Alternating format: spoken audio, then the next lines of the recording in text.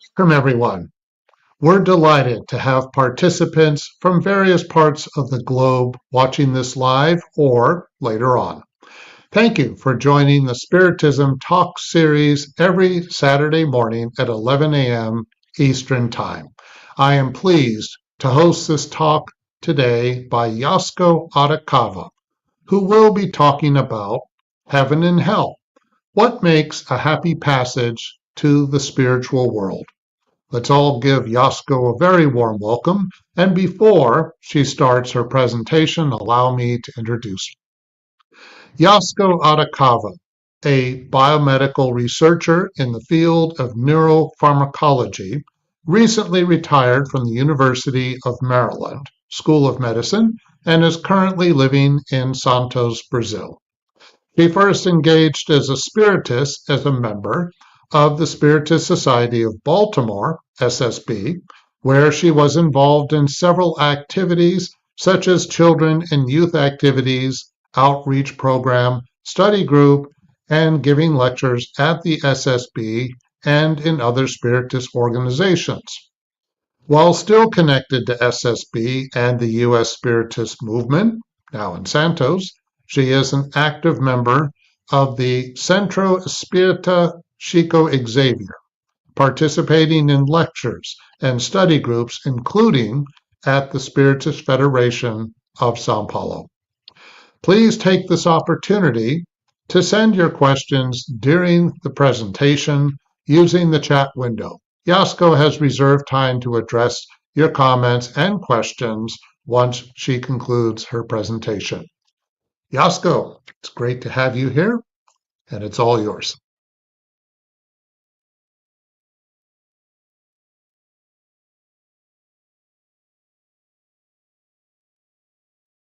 You need to unmute, Yasco.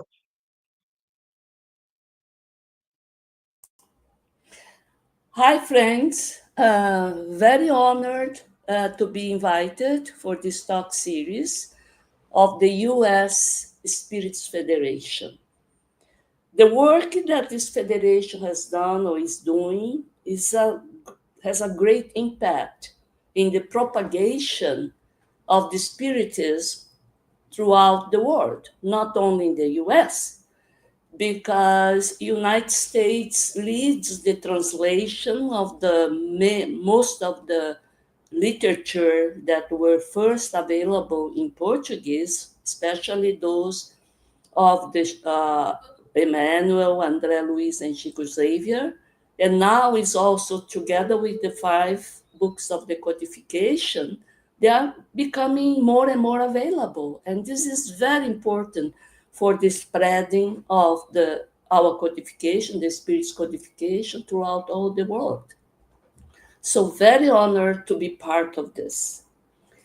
Today, I will share my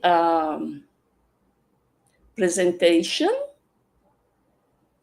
We will talk about part of this book, Heaven and Hell, that is this year celebrating its 160 years, because it was published in August 1st, 1865.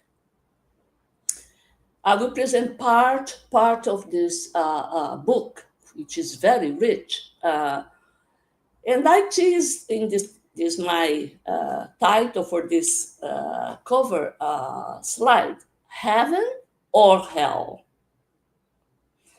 What makes up for a happy passage to the spiritual world? How should we be preparing ourselves while in this present incarnation? So, the book Heaven and Hell is the 4th of the Spirit's codification. So there was before the Spirit's book, the Medium's book, the Gospel according to Spiritism, then Heaven and Hell in 1865, and then the last was the Genesis, the 5th of the codification. So, heaven and hell, the force of the Spiritist codification, has the objective of explaining God's justice in light of Spiritism, because there is so many concepts of God's justice, like Kardec will describe throughout this book. And this heaven and hell is a development, is an expansion of the fourth part of the Spirit's book. So the Spirit's book is divided in parts, or books, as they call, and there is the fourth part is called hopes and consolations. So it demonstrates the immortality of the spirit and the condition that's important that the spirit can enjoy in the spiritual world during the passage to the spiritual world, during the discarnation, or the now in the spiritual world living there, as a consequence of its own acts. There is no God's punishment. There is no God's privileging some of us and leaving others aside. No, the enjoyment of the spiritual world is a consequence of our own acts. This puts a lot of responsibility on us, not God, nothing, parents, no, us. In the first part, Kardec makes a comparative analysis about life after death in the various religious doctrines, because by the time he was writing the codification, the concepts, all these concepts were already for millennia throughout the different doctrines, religious doctrines. He seeks in this book, in the first part, at elucidating themes such as angels, heaven, demons, hell, purgatory, fear of death, and importantly, it offers a spiritist explanation that is contrary to the eternal punishment. There is no eternal punishment, nor there is no direct heaven and be doing nothing there. No, there is none of this extreme in the stage we are now. This part I'm not gonna touch. It's very rich. We all should go there and read this part of the book. In the second part, from the practical mediumistic work, they had mediumistic work. Kardec chooses examples of discarnated spirits that comes after their death, after their discarnation, giving reports about what they're feeling. So he classified all these spirits according to the reports about the conditions their soul was during or after discarnation. He presents the testimonies from repentant criminals. So it's a classification. He classified as a repentant criminals, hardened spirits, happy spirits, average spirits, or in average conditions, suffering spirits, suicidal spirits, and the spirits undergoing earthly expiation. With the expression of the last one, spirits undergoing earthly expiation, which is related to the incarnation previous to the one that they just left, the other testimonies are about the last, usually the last incarnation, the one that they just got out. In the preface of the first edition of this book, Heaven and Hell, is only in the first edition. I have the translation of the fourth edition. I don't have this preface there. And I found out that is in the first edition, a big preface, and he talks about how the time the Spiritists came, codification, how perfect was that time frame, etc. And I got this part, extract this affirmation The universe is a vast, big construction site. Some of us demolish, others build. Each one carves its stone for the new building, building the whole thing, whose definitive plan is the prerogative of the great architect, God, creator, etc., and whose economy will only be comprehensive when its forms begin to be outlined above the surface of the ground. So it's like a construct. What is in the foundation, we don't see well what's going, but it's very important. As you say, if the foundation of a big building is not well done, the whole building may collapse. So, but we only gonna see the whole thing when the building is going up the surface. So as we evolve, he says, we're gonna see more and more and more the beauty and the perfection of God's creation, including us as a co-creator. Here you find is a picture, is a painting done by someone that I don't recall, about how, from the description of what was going on in the Parisian Society for Spirit Studies, how the more or less the meeting were happening. So there is a big table with the founders of the Spiritism, Kardec and the others, the mediums, and the ones that more senior that were there to make the questions. And the audience also were made there, and they could also follow the meeting. So this Parisian Society for Spirit Study was composed by members, associates, and members by correspondence from different parts of the world, including Brazil. The objective of the society, according to the regulations that were published, if I think it's a chapter 30 of the Medium's book, was to study all phenomena related to spirit manifestations and their application to the moral, physical, historical, and psychological science. It had the collaboration of several mediums, as you see there, through whom its members interacted with the communicating spirits, which you see there behind the settings, the spirits, illuminated spirits. Having St. Louis as the spiritual guide for this work. So he gives a lot throughout all this communication, his opinion, his response, some questions too.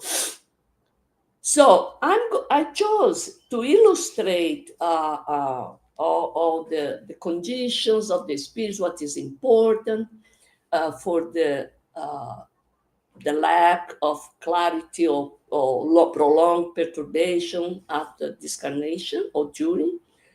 Kardec chose 67 total cases. Of course, there are much more, many more that usually he put in the magazine, Spiritist magazine. You can see there some essays there, but he chose those that could help all of us to understand, to get some teachings from the testimonies of these spirits.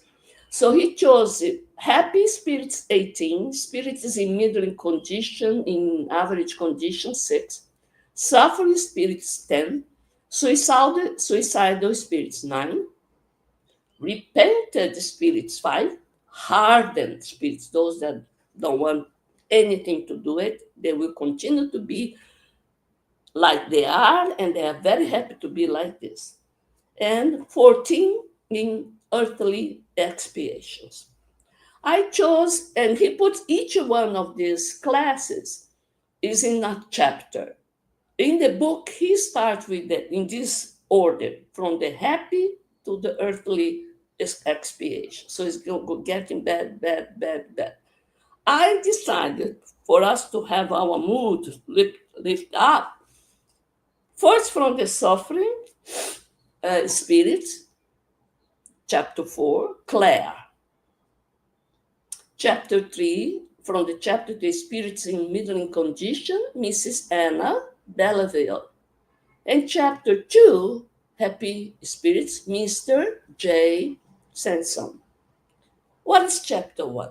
Chapter 1, there is a whole description of the passage from the incarnated condition to the discarnated condition, this transition. Kardec is a beautiful description, conditions. It's very interesting to read this. So we're going to see throughout this what are pinpoint the important factors.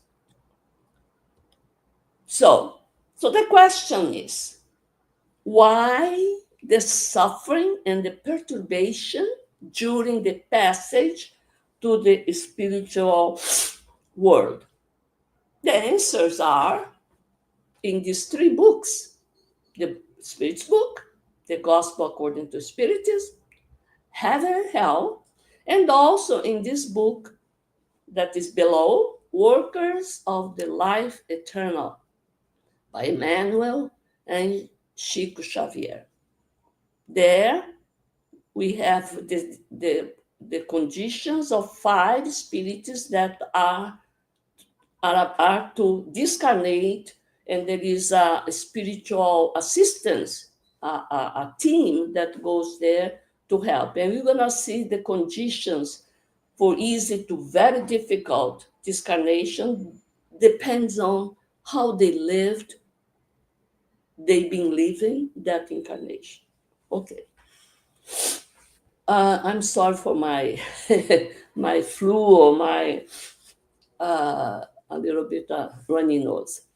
In question 165, sorry, Portuguese is there, for Spirit's book, does knowledge of Spiritism have any influence on the duration, more or less long, of the disturbance? Because we tend to think that we Spiritists are okay, we're saved, we're going to have a nice transition, peaceful, because we know what's going on. But they say, yes, a great influence is very good if the spirit as a spiritist already understood its situation beforehand, understood from the heart, not just knowing, reading superficial, but say the practice of goodness and the pure conscience are the greatest influence. So what matters? Doesn't matter what doctrine you're following, because the other people from other religion will be preoccupied with this state. No, doesn't matter. What matters most is practice of goodness and pure conscience in order to minimize and even be a happy spirit during the transition, just after the transition. In the Gospel, according to Spiritism, chapter 17, be perfect. You have a little description I got here about how to be a good man, a good person.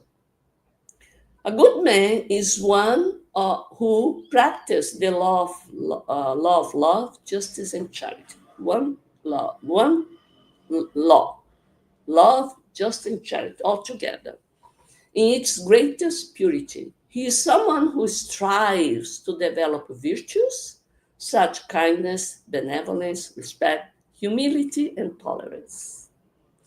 The good man does not harbor hatred, resentment, or a desire for revenge, but rather forgives and forgets offenses, always seeking good. So that made me think how good I am, how am I in this journey to develop these virtues and to decrease our negative tendencies or vices. So I made a little summary from all what I read from these books, and I put it there. Causes of suffering and perturbation during and after discarnation. First, moral conditions of the discarnate spirit. Pride, selfishness, vanity is very, very bad. Very bad. The opposite, humility, solidarity, fraternity is very good. Second, ignorance or lack of preparation regarding man's spiritual nature. If you're too materialistic, you don't care if you are spirit, immortal spirit, there is a spiritual world, only this one here matters, big trouble. Excessive attachment to the physical body or to matter in general. Excessive attachment to family members or family members' attachment to the discarnating or discarnated spirit is mutual. Emotional attachment is very bad. Even with the help of this team, you're going to see in these workers of the life eternal the case of Demas. The family didn't want him to go because how the family would survive. And so many of us ask, pray for them not to go, to stay longer and longer. So it's a selfishness. Amount of remaining vital fluid, points of contact between the physical body and the perispirit. Voluntary suicide. So they have still a great amount of contact of vital fluid, which has to be burned away. So that is a suffering. However, we always receive spiritual help despite the mistakes we make. There is always God's mercy.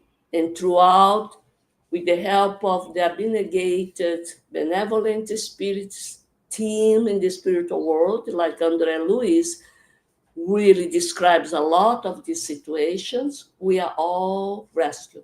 Depends on us to see them, to sense them through prayer and humility, asking for help. So this spirit, Claire, was classified as a suffering spirit. She was known to the medium. So we ask, suffering spirit, what are the causes for the suffering of this spirit? What are the causes? An exaggerated sense of selfishness, detected even during her evocation, when she demanded the medium's attention only to her. Only me, and me. In any circumstance, what matters is me, I. Second, a certain mockery about resignation and hope, considering them only empty words. In the mediumistic meeting, the person that is indoctrinating is helping the spirit through the mediums. He always says you have to have resignation, hope, faith in God. Oh, she hated that situation. Empty words. 3, she considered herself unhappy, faced with day that never ends, a gloomy place, silent and in different shadows. Can you believe a person that is always seeking for attention? Me, attention to me. Now she sees shadow, not clear people. She doesn't hear, or people, nothing. Seems that the whole thing doesn't listen to her. Of course, she's gonna be in hell, right? 4, Later, she curses. Of course, she came 6 times. She starts to understand a little bit more and etc. But she curses so the hours of selfishness and ignorance of all charity, because she never did any charity, only her.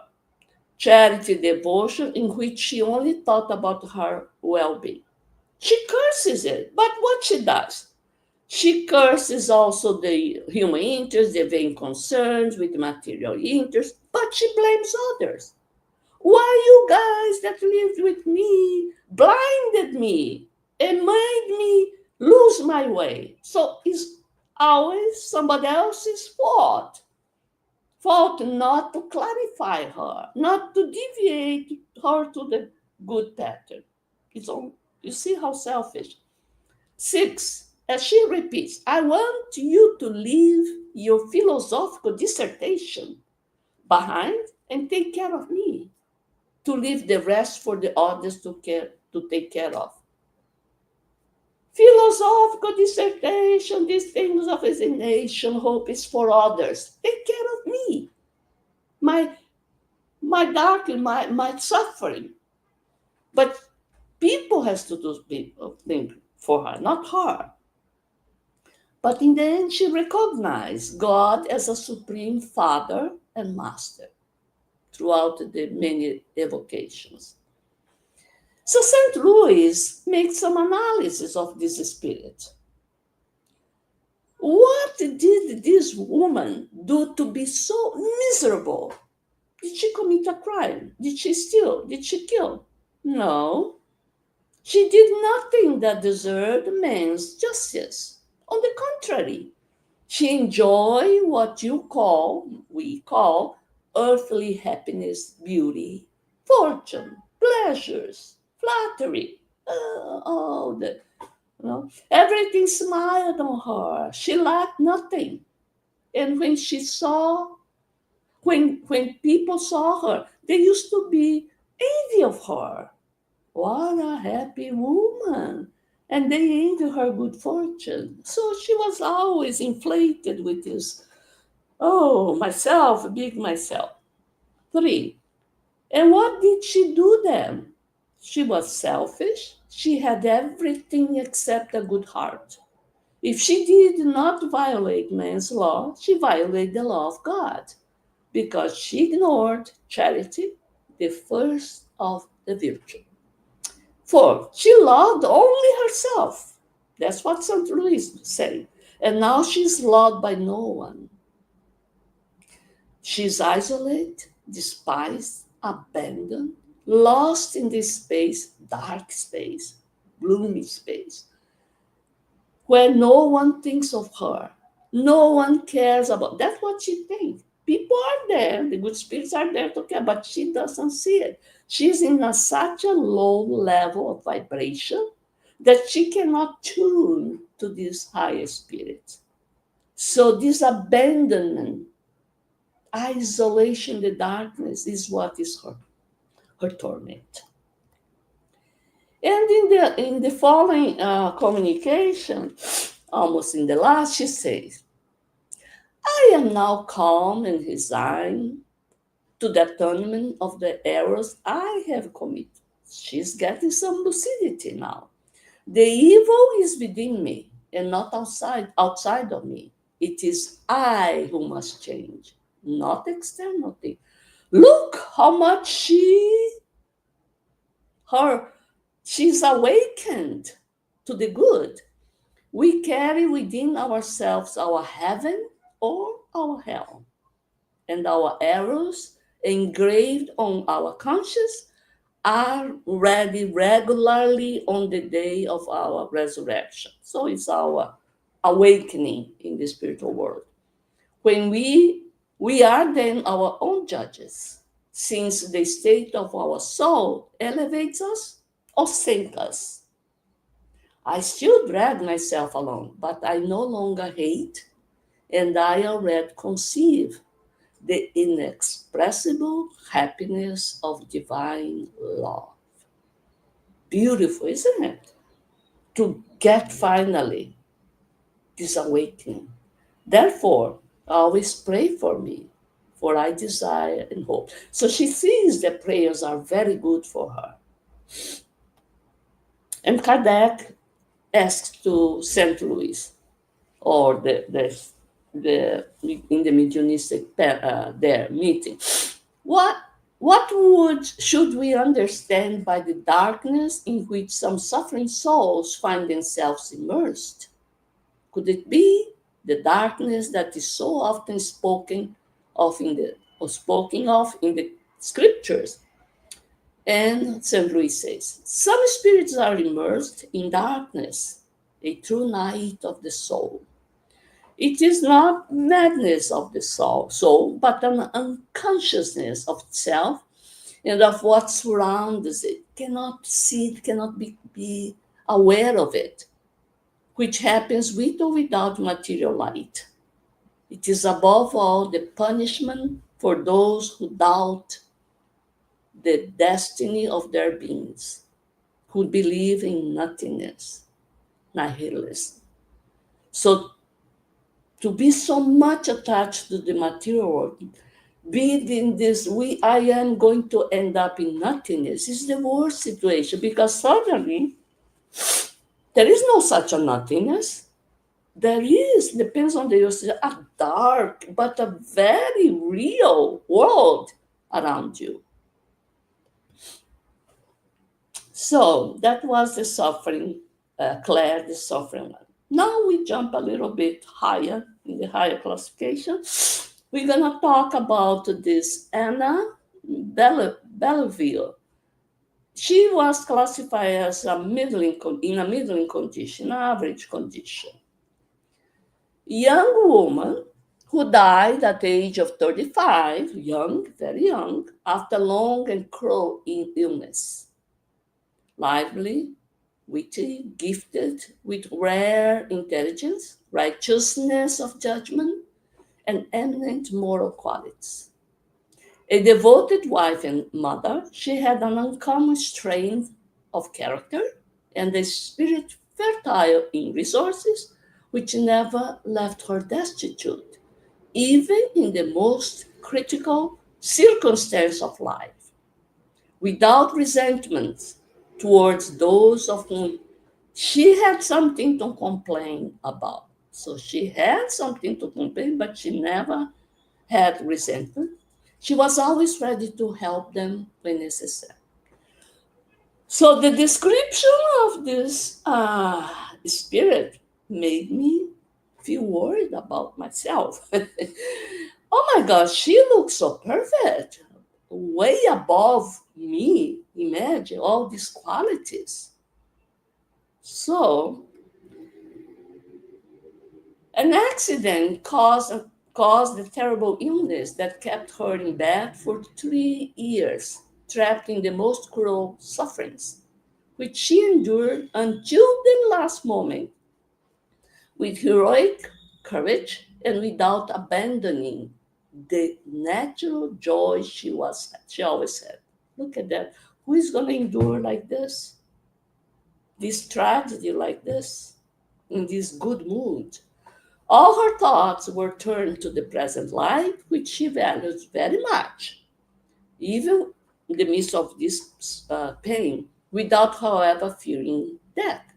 She did not seek material pleasures because her life was very simple, and she was content with not having what she could not obtain. She was perfect content. But she liked the good and the beautiful, which she knew how to get, even in the smallest thing. Seems so perfect. So why wasn't her classified as a happy spirit? She seemed so prepared. Well, emotional attachment. To what? She knew about Spiritism without having studied in that. Or that probably we are a little better off. I hope we are more involved in this study. Perhaps that makes her a little bit lacking some support. Then she says, I myself prolonged my suffering. My ardent desire to live for the sake of my children made me cling to matter in any way possible. She wanted to stay with her body. I was obstinate and didn't want to abandon this unfortunate body that I had to break away from, and nevertheless was the instrument of so much torture for me. So she understood she had to leave, let it go, but she didn't want to, and she wanted to stay in that torture. How regrettable, my good friends, if I had listened to you. So she had some inspirations. What a great change there would have been in my present life. How my last moments would have been softened, and how much easier the separation would have been if I had let myself go with confidence in the will of God. Emotional attachment. And Kardec asked to St. Louis, can a person really, by its will, delay the moment of separation between the soul and the body?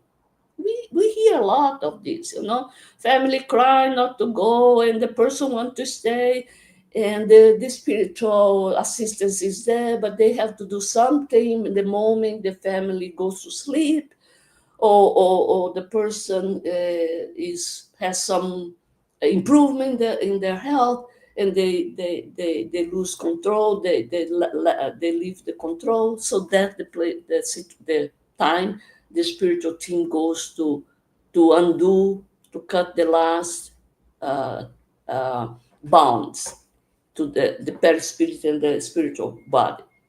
And St. Louis says, certainly, under certain circumstances, like this, an incarnate spirit can prolong its corporeal existence in order to complete essential instruction or instruction that the spirit believes to be essential.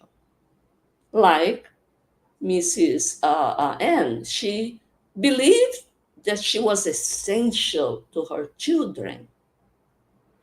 This may be permitted, as in this case. However, this delay in all cases could only be of short duration, because man is not permitted to interfere in the order of natural laws, nor to get a real return to the life, to the corporeal life, when this has come to the end. It is a momentary permission. Kardec explains, it is not considered that in this case the attachment had nothing to do, that this case the attachment has nothing to do with sensual or material attachment, attachment to material things. It even had its moral side, since it was motivated by the interest in the young children. She was a spirit of elevated intelligence and morality. One more step, and she would be among the very happy spirits if she didn't have this prolonged emotional, unreasoned emotional attachment. There wasn't then, because she wasn't of material nature, her spiritual bonds didn't have this tenacity typical of attachment to matter. It can be said that, weakened by the long illness, there were only a few threads that the spirit wanted to prevent from breaking, and was her will. For this reason, after its liberation, the confusion was short. She suffered only short time. And let's go to Mr. J. Sanson, a happy spirit. He was an active member of the Parisian Society of studied, he requests in letter, while he was still incarnate, evoke my spirit as soon as possible and as often as you deem appropriate, so that when I am in the afterlife, I may provide during the vocations the means to study each phase of the various circumstances that occur in the period immediately following what we normally call death. So during his work or in this Paris society, he was a very active member. He was always analytical. He was very intellectualized, so he could analyze all these reports and what Kardec was saying, all the spiritual codification, all the books that were already published, etc. So Kardec said, okay, let's evoke him while still the body was there at the wake. As soon as he was considered dead, so he says, my situation is much better because I feel much less my old pains. I am rejuvenated, feeling new, as you often say. The transition from earthly life to the spiritual life was incomprehensible to me at first because we learn sometimes it takes us days to recover our lucidity. But in my case, before I died, I said a prayer to God, asking Him for the power to speak to you all, to those that I love. And God heard me, granted me this privilege. So Kardec asks, after how long did you regain your lucidity? After 8 hours. You would no longer recognize the sick old man forced to leave aside all pleasures and joy. So he was old and weak for a long time. Were you aware of the moment your body took its last breath? What happened at that moment? Isn't the question that we all want to ask? What did you feel? He says, life is interrupted and sight, or rather, the sight of the spirit is extinguished. So it seems that what we used to see and hear throughout our physical body senses, that disappear. So you get a little lost. One finds emptiness and unknown. It seems that a little short time, and carried away by I don't know what kind of enchantment.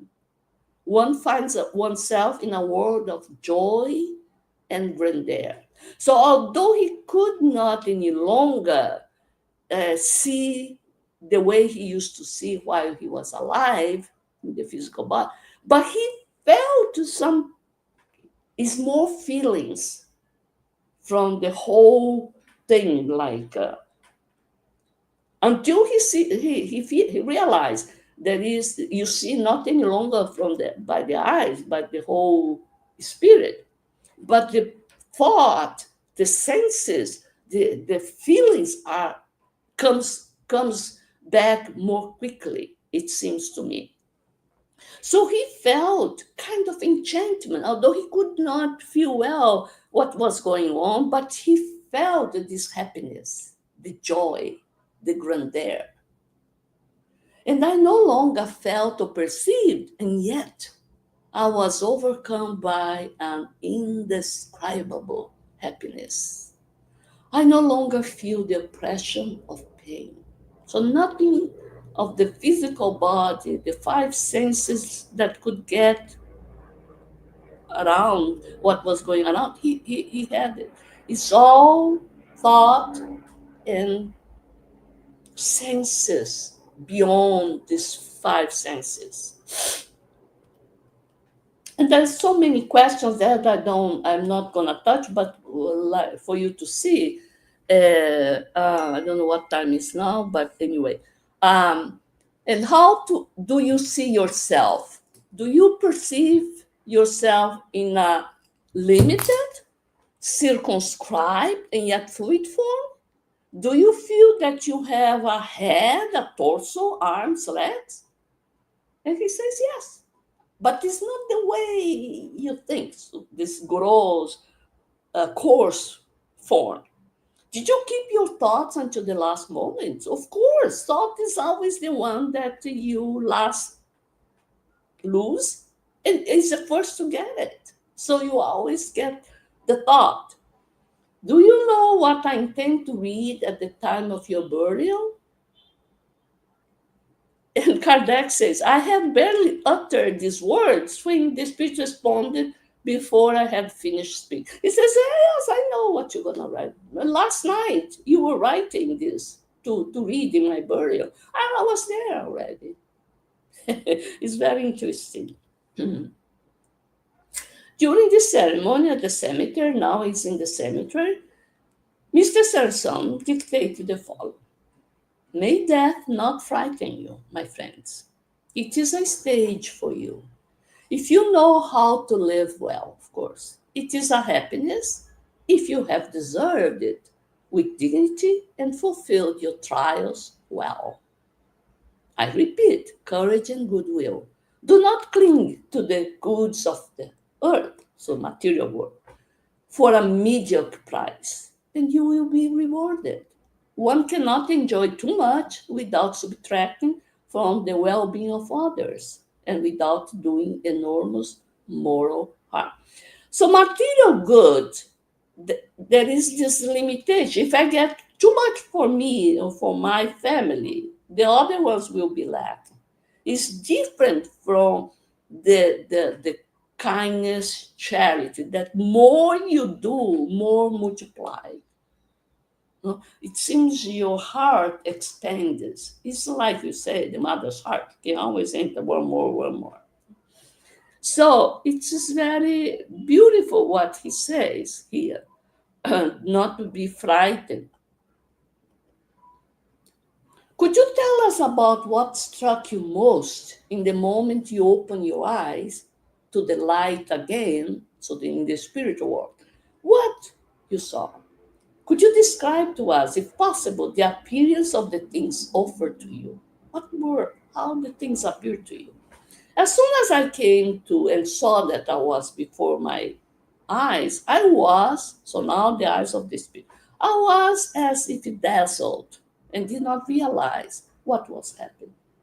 Lucidity does not return instantaneously, but God, who gave me a profound sign of his goodness, allowed me to recover my faculties. I found myself surrounded by numerous and faithful friends, all the protective spirits who assist us, surrounded me and smiled at me, animated by an unparalleled happiness. And I myself, strong and in a good shape, could move effortlessly in space. There are no words, friends, in the human language to describe what I saw. So is who was well prepared and was very benevolent to serve, even though he was in a very difficult physical body. In what aspect did the spirits appear to you? We always want to know this, right? In human form, or angels, like they said, or evil? No?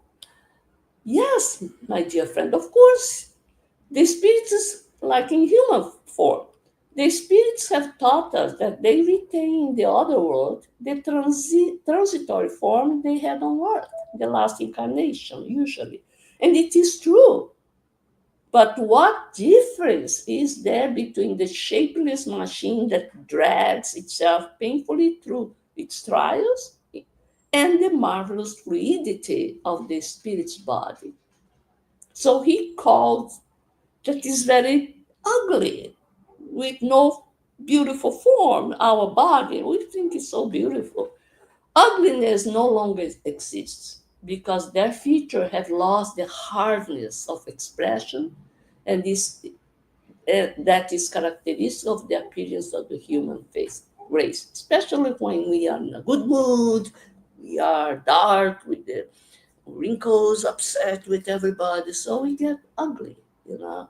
So when we are illuminating during meditation, I know we appear more serene, more beautiful.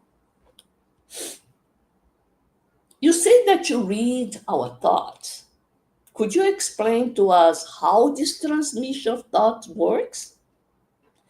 It is not easy to explain to you this singular prodigy of the Spirit's vision. It would be necessary to open up a whole arsenal of new ages that you would know as much as we do, which is not possible because your faculty are limited by matter. Patience. So we cannot have an idea about this. Become good and you will come to this understanding slowly. At present, you only have what God allows, but hoping to enhance it with the continual progress. So we will be with the continual progress, we will enhance this capability of understanding how thoughts are transmitted. So try to be well when you die so that you will know a lot. But meanwhile, I'm going to tell a little bit, answer a little bit your question. The air, now he compares to air surrounding us. The air that surrounds you, immaterial like us, we don't see the air. We feel, but you don't see. Carries the character of your thoughts. It's like this, the air carrying all my thoughts. The breath that you exhale is, so to speak, a written page of what you think. In one breath, is all what I'm thinking is externalized. To whom? To those that can read it. They are read and commented by spirits who bump onto you all the time. So we are surrounded by a legion of spirits, good or bad, depends on our symphony. They are the messenger, or the good ones, right? Divine message, the messenger of the divine telegraphy, from whom nothing escapes. Thank God they're good. They are evolved, so they're not going to keep gossiping behind our back, but only to help us, right? So it's beautiful how he describes that we have to be patient because we're not going to get everything yet, but there is future for us. In this book, Justice Divine or Divine Justice by Chico Xavier and Manuel, he says, it's more or less a continuation of some analysis of the heaven and hell by Chico and Emmanuel in this case. Heaven will always begin within ourselves, and hell will be the size of each person's rebelliousness. That was what stuck us behind, right? We've been receiving the call from Jesus for more than 2,000 years. He came here to give example to how to pace, to put our journey towards the heaven, towards the kingdom of God. Come and follow me. Come and follow me. And I ask, how many of us attended his call? How many? Here you have Peter, Andrew, Paul of Tarsus, Mary of Magdalene,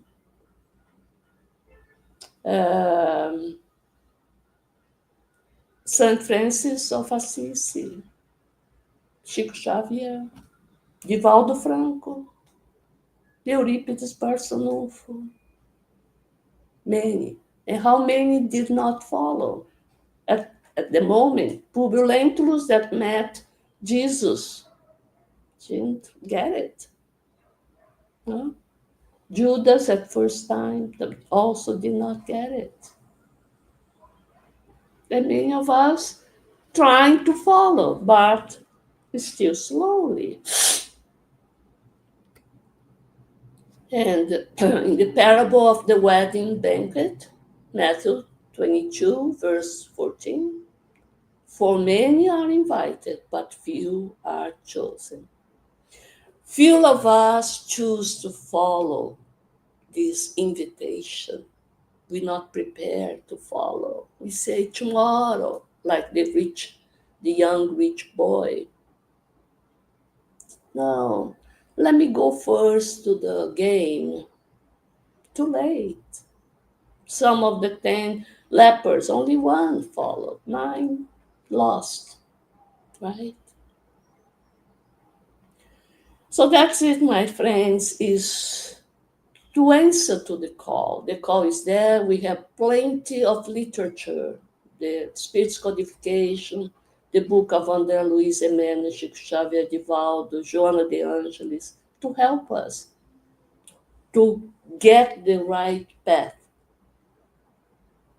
to prepare ourselves as an immortal spirit and live as an immortal spirit. Thank you so much for your attention.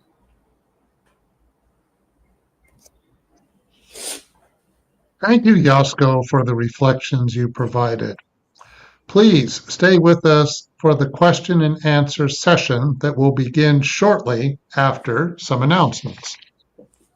The 19th U.S. Spiritist Symposium, the USSF annual national event to happen on September 20th, 2025 in Ann Arbor, Michigan. Save the date and join us to reflect on the evolution of consciousness, a path towards enlightenment.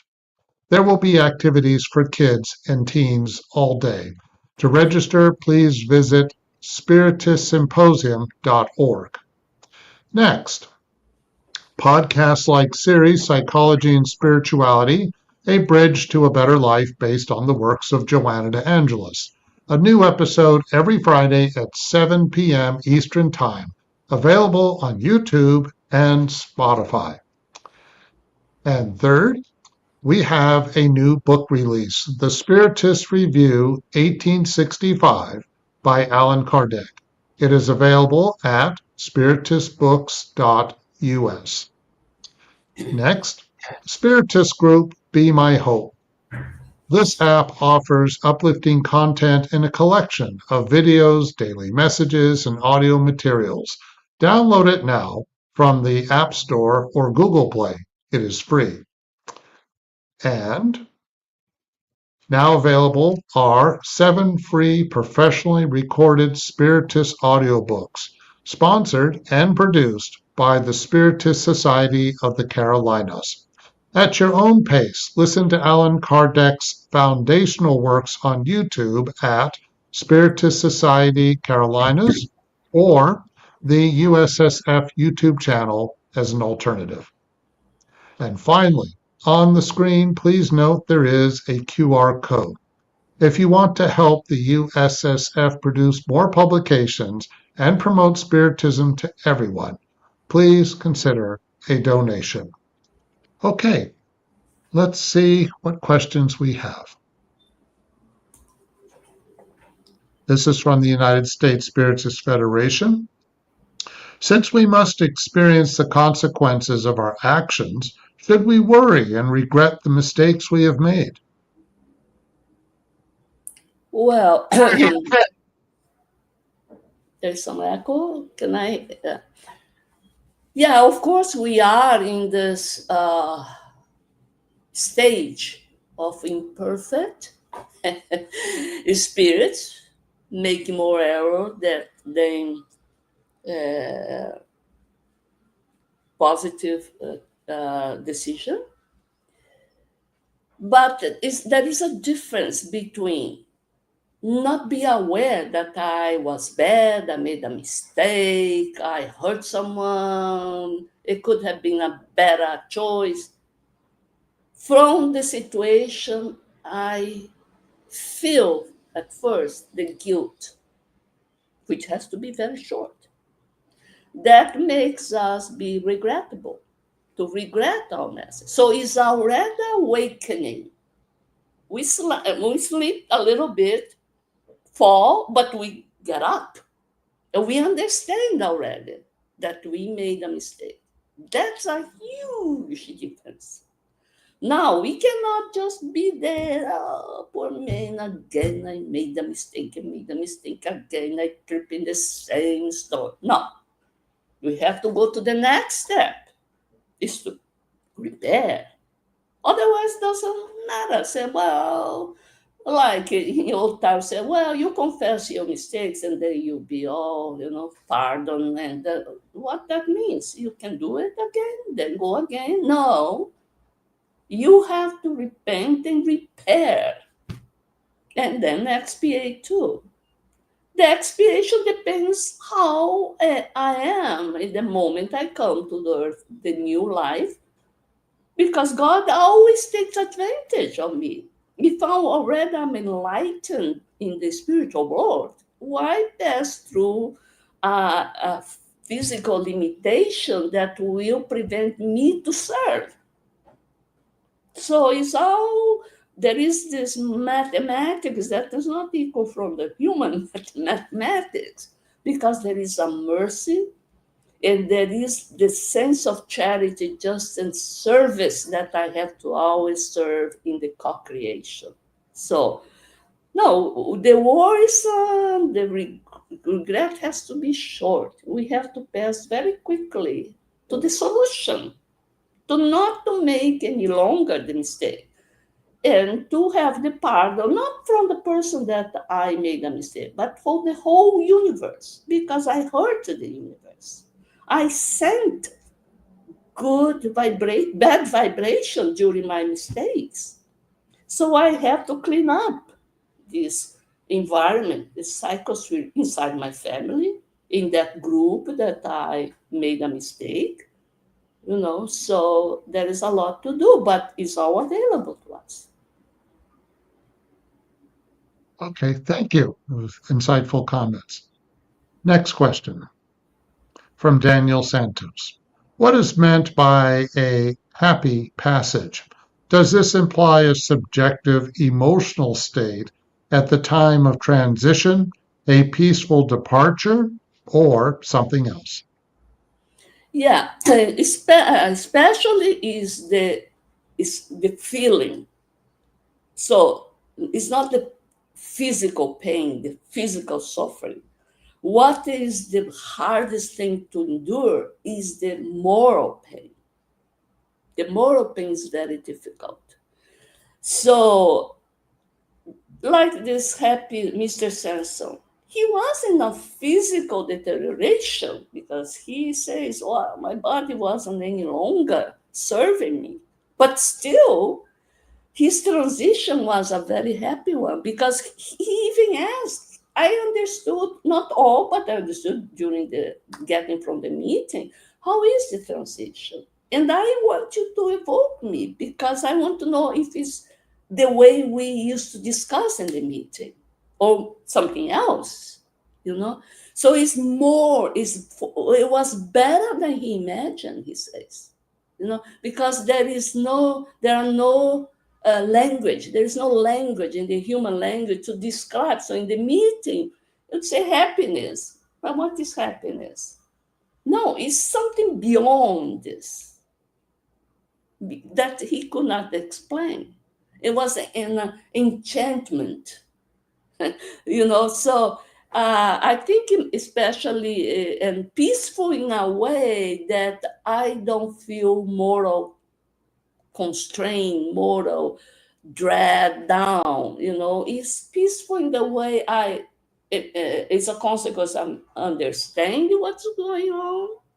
As a spirit, even in the coma situation, the spirit is free, is conscious, and also to let it go, my family members, and the conscious. If he could not enlighten his family members, some are not in the situation. Well, he understands each human being has its space in evolutionary journey. So he's peaceful. He's with God. He's with the divine law, and accepting peacefully and happy because he doesn't have this moral pain. Okay, thank you. Next question. From the International Spiritist Council. What can I do right now to take more responsibility for a happier passage to the spiritual world later on? Yeah, as I summarize in some items there in one of the panel, first of all is the moral state, moral virtues and imperfections. Because without tackling this one, it's very difficult to go forward in other challenges. For instance, if I am a very selfish, like that lady, a lot of pride there, there is no room for me to be generous. That if I do charity, it is just superficial. It's not from the heart. It's because I have in excess, I'm giving away. Like in a very snobbish way, almost. So it needs first the moral to improve our moral virtues and dim down our imperfection, because we all bring, some with capacity or quality or innate almost, because we're doing this for so many millennia. Resentment, vengeance, it is very tough reaction, instinctive need to kill, to solve, and hurt. That was our animal instinct. But we have now with this brain is already developed, this first frontal part, which is the moral part, to slowly store good experience and the bad experience to analyze. So I learned from that. So now I'm one step forward in not let my pride, let my selfish, being there to show my solidarity, to rescue someone. So I think the fourth thing is and then of course, once I see that, I stay in the work of charity, true charity. I want justice for me, for my act. I am thirsty to be just. It's not the justice for others. I want to be just. So if I made a mistake, I want to repair. So that's what Jesus says, to be thirst of justice, to repair very quickly. So once I have this involvement as a spirit to this spiritual nature that I am, and how the others are around me, what are their roles, of course, my attachment to the material world, to myself, the selfishness disappears slowly. So that's what I mean. If you did not solve your selfishness, your pride, it's very difficult to do the rest of the things. So you want the first problem that you have, I blame someone, I blame God in the end, I commit a suicide. So someone is responsible for my unhappiness, like the lady Claire. We always say, so we are unhappy. Of course we have to be unhappy, but if I understand, the pain would even ease the physical pain, because I understand if I'm with Jesus, all the load is much lower. Who are with Jesus, the load is much lower. I can carry more easily. That's it. Okay, so moral improvement is definitely key. The first. All right, yes. Okay, we have time for one more question. This is from SSNB North Beach. Dear Yasco, thank you for your logical and didactic study Can we be in mental, spiritual states of heaven or hell independently of the places we are or challenges we are facing? Please share your thoughts with us. It's still very difficult for us in our stage, very difficult one, because it's overwhelming when we are in some problems, especially when we are in confrontation with family members, with different point of view, or even in different level of spiritual evolution.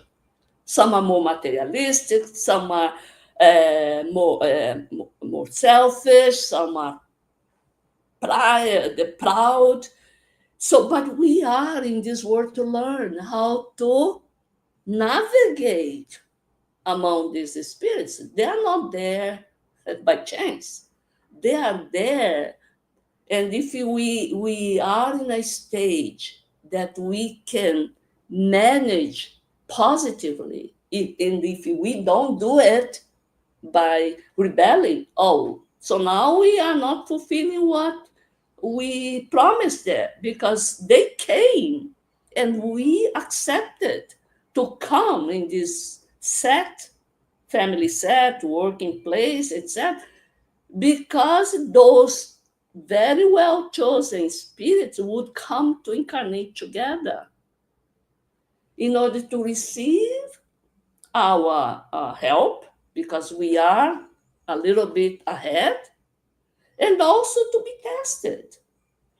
To be tested, like I heard Ana Guimarães saying, Divaldo Franco's, he got Divaldo Franco on the phone, and she said, "Oh, I don't know if my situation is so terrible, so difficult, so suffering. So I don't know if it's a trial or if it's expiation." He said, "Well, if it's a trial, you better work hard to get a 10 maximum, evaluate. If it's an expiation, work in order to suffer with dignity." That's what we have to do it, because we are in one of the two or both. There is no human being here except you and not us in mission. We are either in trial or and expiation. Of course, we can turn some expiation, some trials in expiation, because we managed so badly the trials. It was supposed to be just a trial. Patience, resilience, tolerance. And suddenly we bump in someone that got to our nerve. No?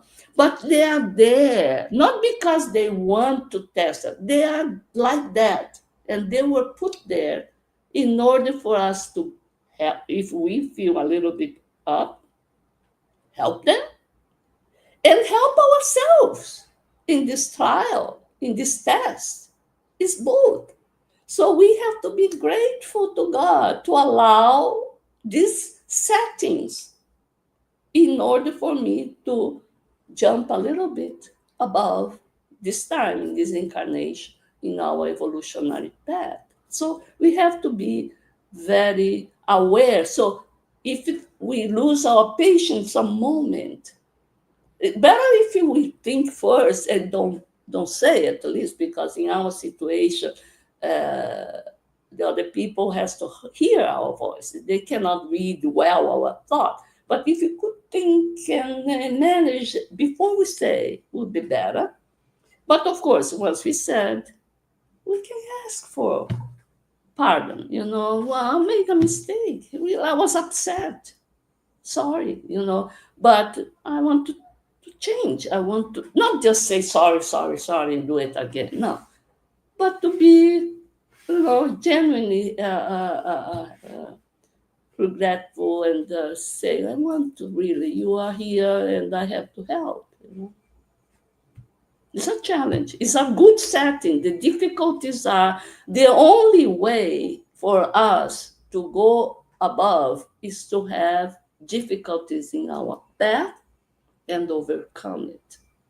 And there is a mission that I heard in one of the talk.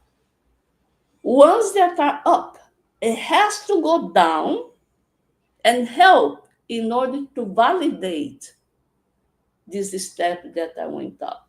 If I don't check it going down and suffer the challenge to be with the other ones that were below, that was superficial, nothing. So once you up, you have to go down, like Jesus did.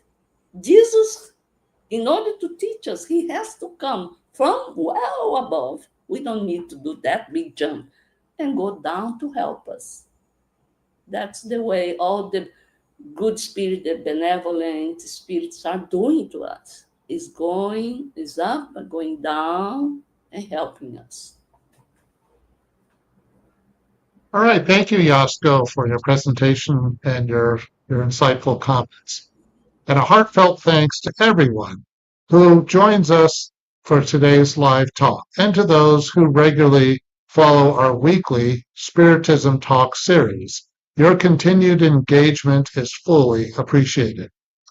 Next Saturday, June 7th, we will not have a live talk, but we invite you to join us again on Saturday, June 14th at 11 a.m. Eastern Time for our next live session, where Glossio Persoa will explore the topic Kaizen and its synergies with Spiritism. If you want to know what Kaizen is, please watch Glossio's presentation on June 14th. We look forward to your participation. Yasco, before we close this live, do you have any final remarks?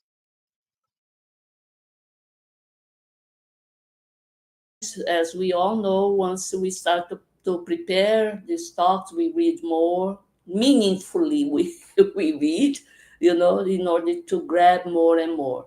And we have to keep rereading all these books, because each time as we evolve, we can grab a little bit more of the whole meaning of this spirit's codification. So let's do the final prayer.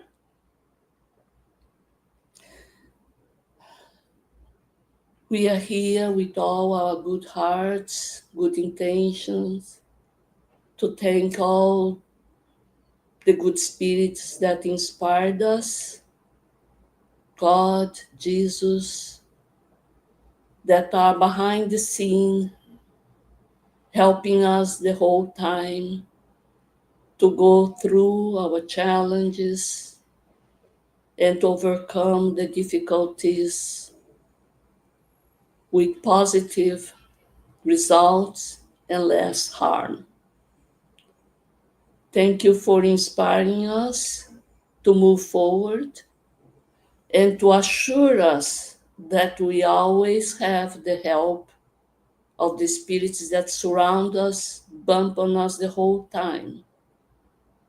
It's only to us to get connected to them, to make a symphony to them, and get all the help, especially during the heartfelt prayers that we make when the challenges seem so unbearable.